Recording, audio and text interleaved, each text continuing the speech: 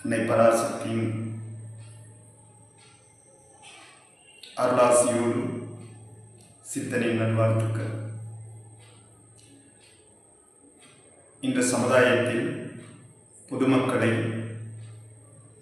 வியாபாரிகள்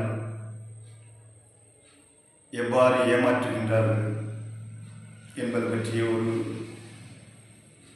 சிறிய விளக்கம். எல்லா வியாபாரிகளும் ஏமாற்றுவதில்லை.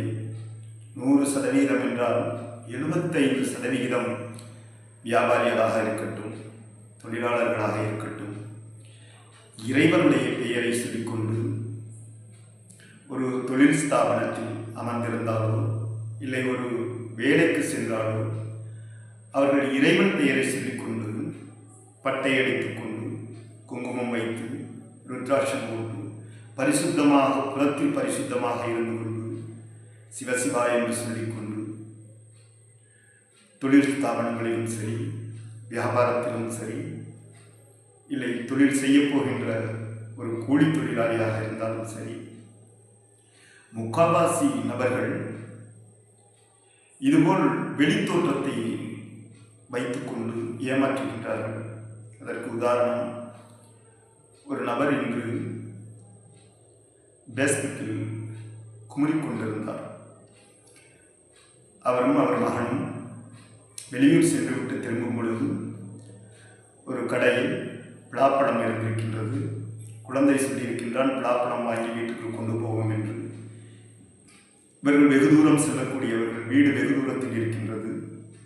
வரும் வழியில் அந்த கடையில் பலாப்பழம் வாங்கியிருக்கின்றார்கள். அந்த பலாப்பழத்தை இவர்கள் கேட்டிருக்கின்றார்கள், எங்களுக்கு பலாப்பழத்தை பற்றி எந்த ஒரு இதுவும் தெரியாது, அது நல்ல பழமா, பழுத்திருக்கின்றதா, அதில் சுவையாக இருக்குமா, சுளை பெருசாக இருக்குமா, சிறுசாக இருக்குமா என்றெல்லாம் எங்களுக்கு தெரியாது, நீங்கள் பார்த்து எங்களுக்கு எடுத்துக் கொடுங்கள், நாங்கள் வெளியூரில் இருந்து வந்திருக்கிறோம் என்று சொல்லியிருக்கின்றார்கள். அவர்களும் சரி என்று நிறைய பழத்தை அப்படி எடுத்து பார்த்துவிட்டு ஒரு பழத்தை எடுத்து கொடுத்திருக்கின்றார்கள். இந்த வாங்குகின்ற நபர் சொல்லியிருக்கின்றார், எங்களுக்கு கொஞ்சம் அதை வெட்டி பாதியாக வெட்டி காண்பித்தால் நல்லா இருக்கும், ஏனென்றால் வீட்டில் கொண்டு போய் அது பழம் சரியில்லை என்றால் சரியாக இருக்காது என்று சொன்னார். இல்லை, அப்படியெல்லாம் வெட்டி கொண்டு போனால் நீங்கள் வீடு கொண்டு போகும்பொழுது அது ஒரு மாதிரி நாற்றம் அடித்துவிடும், பழம் கேடாகிவிடும், இது நான் உங்களுக்காக நல்ல பழத்தை தருகிறேன் என்று சொல்லியிருக்கின்றார்.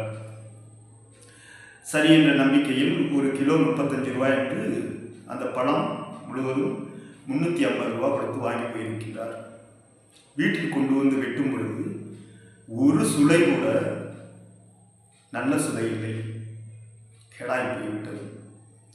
அவர் சொல்கின்றார், அந்த பழத்தை கொடுத்தவர் ஒரு ஆன்மீகவாதி போல், ஒரு பக்தர் போல் பட்டை அடித்துக் கொண்டு விபூதி வைத்து பரிசுத்தக்காரர் போல் அந்த சிவசிவா என்ற வார்த்தையும் சொல்லி எங்களை இப்படி ஏமாற்றிவிட்டார் என்று குமர்கின்றார். சித்தன் சொல்லுவது என்னவென்றால், நிறைய இடத்தில் நானும் பார்த்திருக்கின்றேன், நிறைய பேர் இதுபோல் ஆன்மீக பயணத்தில் ஆன்மீக தோரணையில் இருந்து கொண்டு வியாபாரம் செய்கின்றார்கள், தொழில் செய்கின்றார்கள், பொதுமக்களை ஏமாற்றுகின்றார்கள். அதாவது சாதாரண நிலையில் இருந்து ஒருவன் தவறு செய்தால் இறைவன் என்ன செய்வான் என்றால், அவன் அறியாமையில் செய்கின்றான், பாவம் திருந்தி வரட்டும், தொலைந்து போகட்டும் என்று தண்டனை கொடுக்காமல் விட்டு விடுவார் இறைவன்.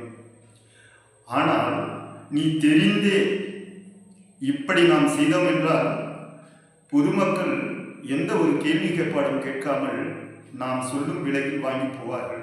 நாம் என்ன கட்டளையிடுகிறோமோ அதை செய்வார்கள் என்று எண்ணிக்கொண்டு நீங்கள் இதுபோல் திருட்டுத்தனமாக இறைவன் பெயரை சொல்லிக்கொண்டு புறத்தோற்றத்தில் நீங்கள் நல்லவராக நடித்துக்கொண்டு வியாபாரத்திற்காக பணம் சம்பாதிக்க வேண்டும் என்பதற்காக இந்த செயலை செய்தீர்கள் என்றால் இறைவன் மிகப்பெரிய தண்டனையை கொடுத்து விடுவான். இந்த நிலையில் இருப்பது பட்டையடித்து, மொட்டையடித்து, இல்லை ஜடாமுடி வைத்து, ருத்ராட்சம் அணிந்து, காவி அணிந்து இருந்தாலே பற்றற்ற நிலை. எதிலும் பற்று இருக்கக்கூடாது. அப்படி நீ வெளித்தோற்றம் கொண்டு உள்ளே நீ எல்லாம் வேண்டும் என்று மற்றவரை ஏமாற்ற வேண்டும் என்று நினைத்தாய் என்றால் உனக்குள்ளே இருப்போம் உன்னை ஏமாற்ற மாட்டானா? அதனால் பொது ஜனங்களை, பொதுஜனம் எல்லோருமே இதுபோல் உள்ளவர்களுக்கு நல்ல மரியாதை கொடுப்பார்கள். இறைவனை எங்கும் காண முடியாது, இவர்கள் ரூபத்தில் தான் நாம் இறைவனை காண முடியும். அவர்கள் சொல்லும் வாக்கும் சரி, அவர்கள் எந்த ஒரு செயலை செய்தாலும் இறைவன் செய்ததாக நினைத்துக் கொள்வோம் என்று நீங்கள் சொன்ன வார்த்தைக்கு மறுவார்த்தை இல்லாமல் செயல்களை செய்வார்கள், வாங்கிக் கொண்டு போவார்கள். அதனால் இச்செயலை வைத்து நீங்கள் ஏமாற்ற நினைக்காதீர்கள், அது மகாபாவமாகி போய்விடும்.